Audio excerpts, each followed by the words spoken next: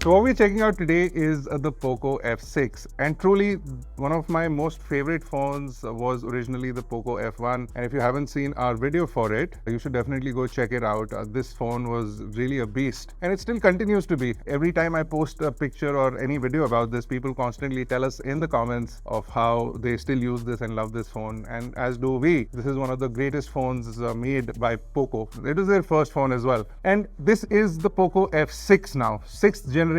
There were a few generations that they missed in the middle, and then there were a few generations that were a miss in the middle. But I think we are now coming sort of full circle as far as not only design but features and functionality. To start off with, this has the Snapdragon 8S Gen 3, which is a 4nm chip. Extremely powerful chip in this category of phone. This is not the Pro version, this is the normal version. So we've got an impressive chip, we've got some interesting cameras, we've got a really nice display with Corning Gorilla Glass Victus on the front. So we've got that protection of a flagship device on the front, and a nice flat-sided body and a really comfortable overall ergonomic.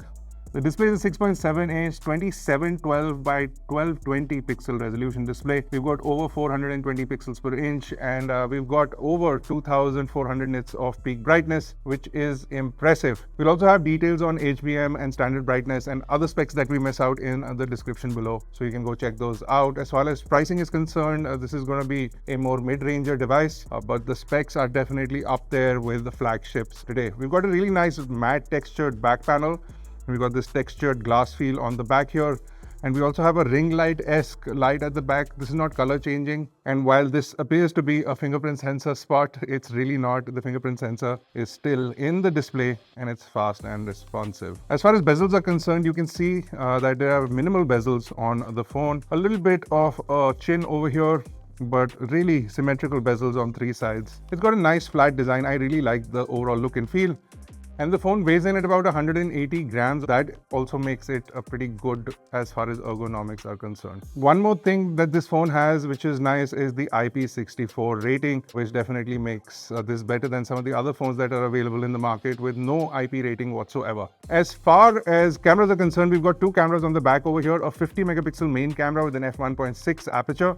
And then you also have a 12 megapixel ultra wide camera, and over here on the front is a 20 megapixel front facing camera. The main camera can do 4K at 60 FPS and 1080p at 240 FPS. So you want to do super slow-mo shots, you can. The front camera can do 1080 at 60 FPS. A little bit of a letdown over there, because you would want to see 4K 60 on the front as well as on the back, but you don't see that on this device. We talk about the OS, tons of bloatware on our device. And it doesn't even give you an option to not install these things when you're downloading or setting up the phone for the first time. You want to delete a lot of these apps the minute you sort of turn on your phone for the first time. A lot of them useful, some of them mostly not useful.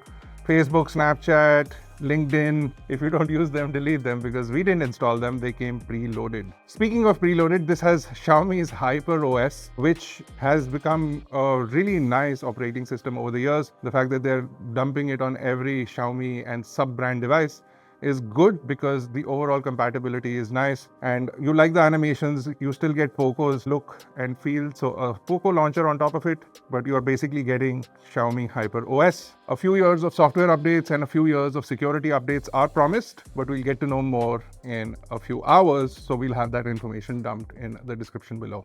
So despite its slim nature or appearance, it's a 7.8mm slim device, so fairly slim and ergonomic in terms of its feel. But it has a 5000 mAh battery, and it supports 90 watts of charging, and in the box you will get a 120 watt charger, which is great. So if you do have a laptop or something, you can definitely use that charger to charge up your other devices that are higher speed as far as charging is concerned. We'll put some camera samples on the screen for you guys so that you can check out what the camera looks like. The camera UI is fairly nice as well. You can see that you have some modes over here. So you can switch between a pro mode, which gives you all your manual controls. You've got document mode. So you want to scan documents, you can do that. Video mode, photo mode, portrait mode. And then you have this more option in which you do have an AI feature, as well as a panorama, a short film, slow motion, all of those things. And then you can also customize this, add some more, remove some more, all of that. So that was a quick look. As far as performance is concerned, we tested this out quite a lot, and we'll have benchmark scores on the screen for you right now. So as far as performance is concerned, it's holding out quite well. And we played some games on this, and all of them played really nicely without any lag or jitter on this device. So as far as connectivity is concerned, this has Wi-Fi 6E, Bluetooth 5.4. You do have NFC in there as well. You do have an infrared port on the top as well. You do have 2 SIM card slots as well. You don't have any expansion whatsoever. And as far as variants are concerned, you're going to have 4 variant options available with 8GB, 12GB of RAM. So you want to choose the storage option that is most suitable for you. So as far as the Snapdragon 8S Gen 3 is concerned, it is turning out to be a pretty impressive chip, and this is one of the first devices to get it.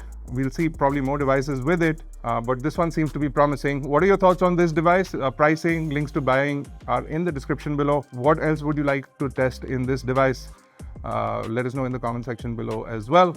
And I'll see you guys in the next one. And by the way, this does have Wildwine L1 in case you were interested to know that. So see you later.